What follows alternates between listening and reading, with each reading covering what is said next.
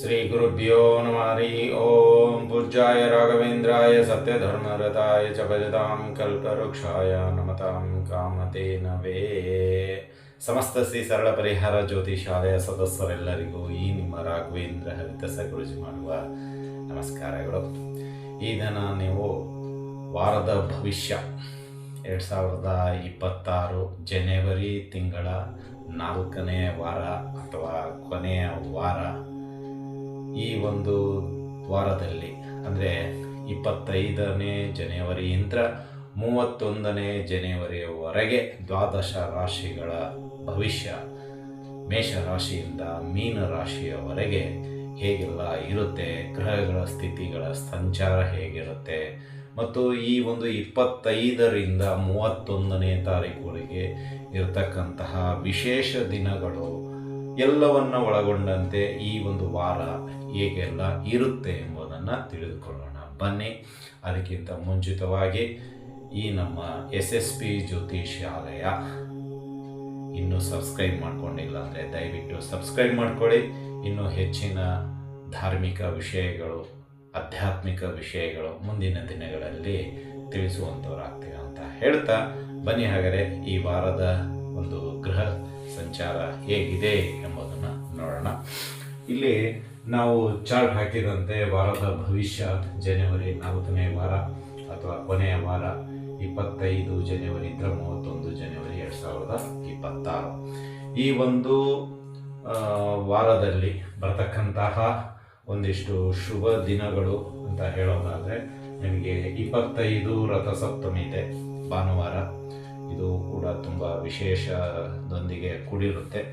ಇಲ್ಲಿ ನಮ್ಮ ಪಾಪ ಕರ್ಮಗಳನ್ನು ತೊಳೆದುಕೊಳ್ಳಲು ಒಂದು ಅವಕಾಶ ಇದೆ. ರಥ ಅಂದರೆ ನಾವು ಸಾಗಿಸುವಂತಹ ದಾರಿಯಾಗಿರ್ಬೋದು, ಮುನ್ನಡೆಸುವಂತಹ ಕಾರ್ಯಗಳಾಗಿರ್ಬೋದು. ಸಪ್ತಮಿ ಅಂತ ಹೇಳಿದರೆ ಇಲ್ಲಿ ಅದು 7ನೇ ದಿನ. ಅಂದರೆ ಈ 7 ಹೆಚ್ಚು ಕಡಿಮೆ ನಿಮಗೆ ವಾರದ ದಿನಗಳು ಅಂತಲೂ ಹೇಳ್ಬೋದು. ಅಂದರೆ ಸೋಮವಾರದಿಂದ ಭಾನುವಾರವಾಗಿ ಬರುವಂತಹ 7 ದಿನಗಳು, ಅದೇ ರೀತಿ 7 ಗ್ರಹಗಳು ಮತ್ತು ನಮ್ಮ ಮನುಷ್ಯನಿಗೆ ಇರತಕ್ಕಂಥ 7 ಗುಣಗಳು, ಅವೆಲ್ಲ ಒಳಗೊಂಡಂತೆ ಈ ರಥಸಪ್ತಮಿ ಅಂತ ಹೇಳಲಾಗುತ್ತೆ.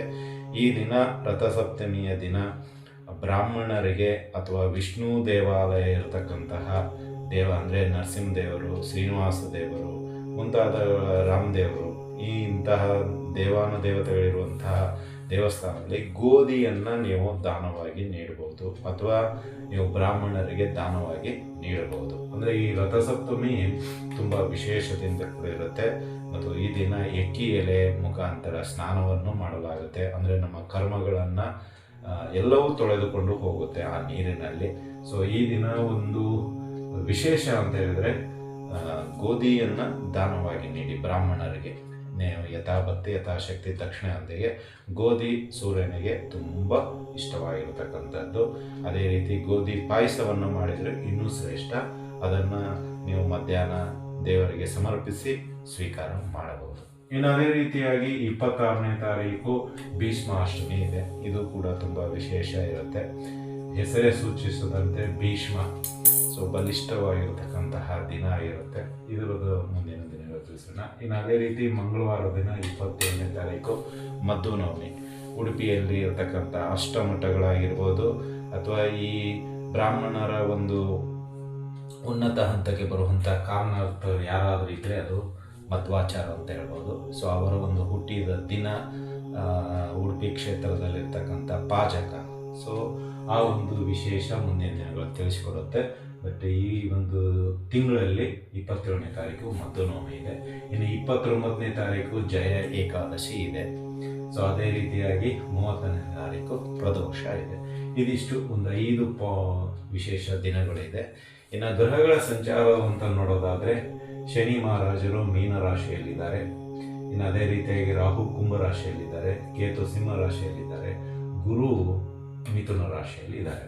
ಇನ್ನು ಅದೇ ರೀತಿಯಲ್ಲಿ ಮಕರ ರಾಶಿಯಲ್ಲಿ ರವಿ, ಶುಕ್ರ, ಕುಜ, ಬುಧ ಇವರು ಮಕರ ರಾಶಿಯಲ್ಲಿದ್ದಾರೆ. 4 ಗ್ರಹಗಳು ಮಕರ ರಾಶಿಯಲ್ಲಿ ಇದ್ದಾರೆ.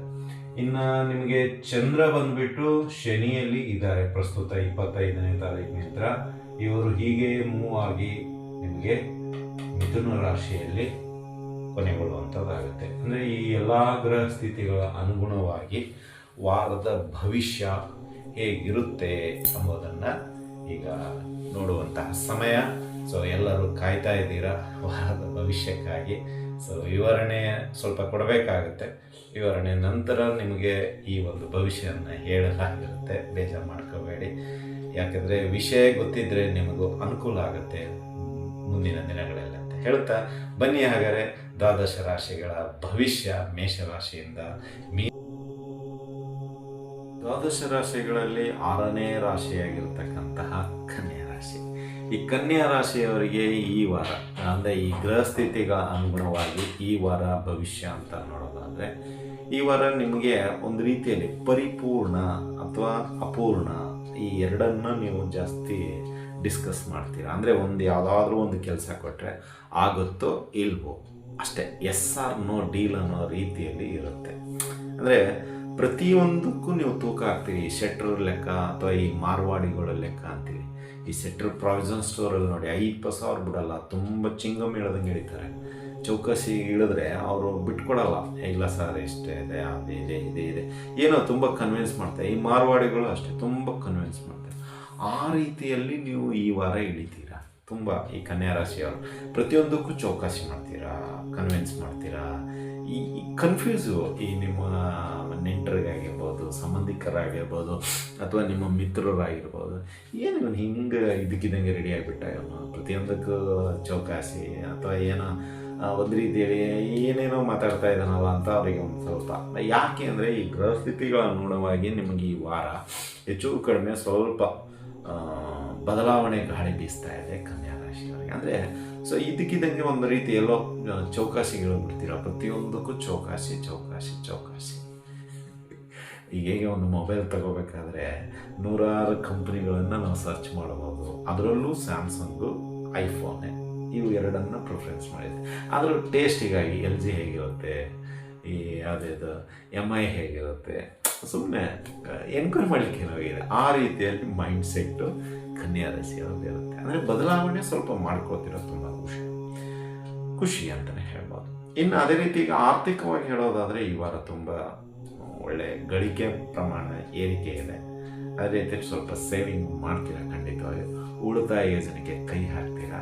ಮತ್ತು ನಿಮಗೆ ಬೇಡದೇ ಇರುವ ವಿಷಯಗಳು, ಬೇಡದೇ ಇರುವ ವಸ್ತುಗಳು, ಬೇಡದೇ ಇರುವ ಸ್ನೇಹಿತರನ್ನು ದೂರ ಮಾಡ್ಕೊಂಡ್ಬಿಡ್ತೀರ. ಅಯ್ಯೋ ಬೇಡ ಅವ್ರ ತಂಟೆ ತಕರ ಅವನೇ ಬೇಡ ಅಂತ ಕಟ್ ಆಫ್ ಮಾಡ್ಕೊಂಡ್ಬಿಡ್ತೀರ. ಬೇಡದೇ ಇರೋ ವಸ್ತುಗಳು ಅಷ್ಟೇ ಬಿಸಾಕ್ಬಿಡ್ತೀರ, ಅಥವಾ ಯಾರಿಗೋ ಕೊಟ್ಬಿಡ್ತೀರ. ಏನೋ ಕ್ಲೀನಾಗಿರಲಿಕ್ಕೆ ಪ್ರಯತ್ನ ಪಡ್ತೀರಾ, ಅದು ತುಂಬ ಸಂತೋಷ. ಇನ್ನು ವೃತ್ತಿ ಬದುಕಿನಲ್ಲಿ ನಿಮಗೆ ಒಂದು ಸ್ವಲ್ಪ ಜವಾಬ್ದಾರಿ ಜಾಸ್ತಿ ಆಗುತ್ತೆ, ಒತ್ತಡ ಬರ್ಬೋದು, ಅಥವಾ ರೆಸ್ಪಾನ್ಸಿಬಿಲಿಟಿ ಜಾಸ್ತಿಯಾಗಿ ಲೀಡರ್ ಕ್ವಾಲಿಟಿ ಬೆಳೆಯುವಂಥ ಅವಕಾಶಗಳು ಜಾಸ್ತಿ ಇದೆ ಅಂತಲೇ ಹೇಳ್ಬೋದು. ಇನ್ನು ವ್ಯವಹಾರದಲ್ಲಿ ಅಂದರೆ ವ್ಯಾಪಾರದಲ್ಲಿ ಇರ್ತಕ್ಕಂಥವರಿಗೆ ಈ ವಾರ ಚೆನ್ನಾಗಿ ವ್ಯಾಪಾರ ಮಾಡುವಂಥದ್ದಾಗ್ತೀರ. ನಿಮ್ಮ ಒಂದು ವ್ಯಾಪಾರಕ್ಕೆ ಸರಿಯಾದ ಆದಾಯ ಬರುವಂಥದ್ದಾಗುತ್ತೆ. ಇನ್ನು ಯಾರೆಲ್ಲ ಒಂದು ರೀತಿಯಲ್ಲಿ ಬದಲಾವಣೆ ಬಯಸಬೇಕು ಉದ್ಯೋಗದಲ್ಲಿ, ವ್ಯಾಪಾರದಲ್ಲಿ, ಅಂದರೆ ತುಂಬ ಅನುಕೂಲ ಇದೆ. ಸೊ ಪ್ರಯತ್ನ ಮಾಡಿದರೆ ಖಂಡಿತವಾಗಿಯೂ ನಿಮಗೆ ಯಶಸ್ವಿ ಆಗುತ್ತೆ ಅಂತಲೇ ಹೇಳ್ಬೋದು. ಇನ್ನು ಈ ವಾರ ಕನ್ಯಾ ರಾಶಿಯವರಿಗೆ ಒಂದು ಏನಂದರೆ, ನೀವು ಯಾವುದೋ ಒಂದು ಇಷ್ಟಪಟ್ಟಿರ್ತೀರ, ತುಂಬ ಇಷ್ಟಪಟ್ಟಿದ್ದೀರ, ಬಟ್ ಅದು ಪ್ರಯತ್ನ ಮಾಡ್ತಾ ಇದ್ದೀರ, ಸಿಗ್ತಾ ಇರಲಿಲ್ಲ.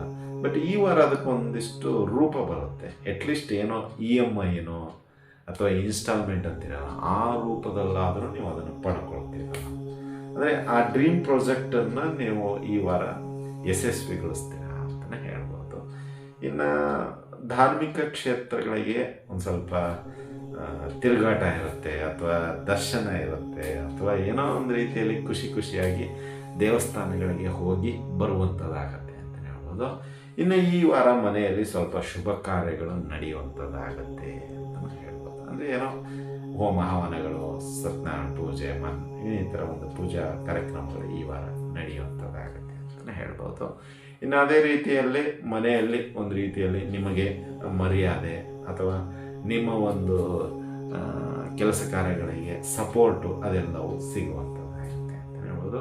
ಇನ್ನು ಆರೋಗ್ಯದಲ್ಲಿ ಸ್ವಲ್ಪ ಸುಧಾರಣೆ ಕಂಡುಬರುತ್ತೆ, ಮನೆಯವರಿಗೆ ಖುಷಿಯಾಗುತ್ತೆ. ನಿಮ್ಮ ಹಳೆಯ ರೋಗಗಳು ಏನಿದ್ದು ಒಂದೊಂದಾಗಿ ಕಡಿಮೆ ಆಗುವಂತಹ ಸ್ಟೇಜಕ್ಕೆ ಬರುವಂಥದ್ದಾಗುತ್ತೆ. ಡಾಕ್ಟರು ಕೂಡ ಒಳ್ಳೆಯ ಮೆಡಿಸಿನ್ನು ಅಥವಾ ಏನೋ ಅವರ ಒಂದು ಕೈಗುಣದಿಂದ ಬೇಗ ಕಡಿಮೆಯಾಗಿರೋ ಒಂದು ಭಾವನೆ ನಿಮ್ಮಲ್ಲಿ ಬೆಳೆಯುತ್ತೆ ಅಂತ ಹೇಳ್ಬೋದು.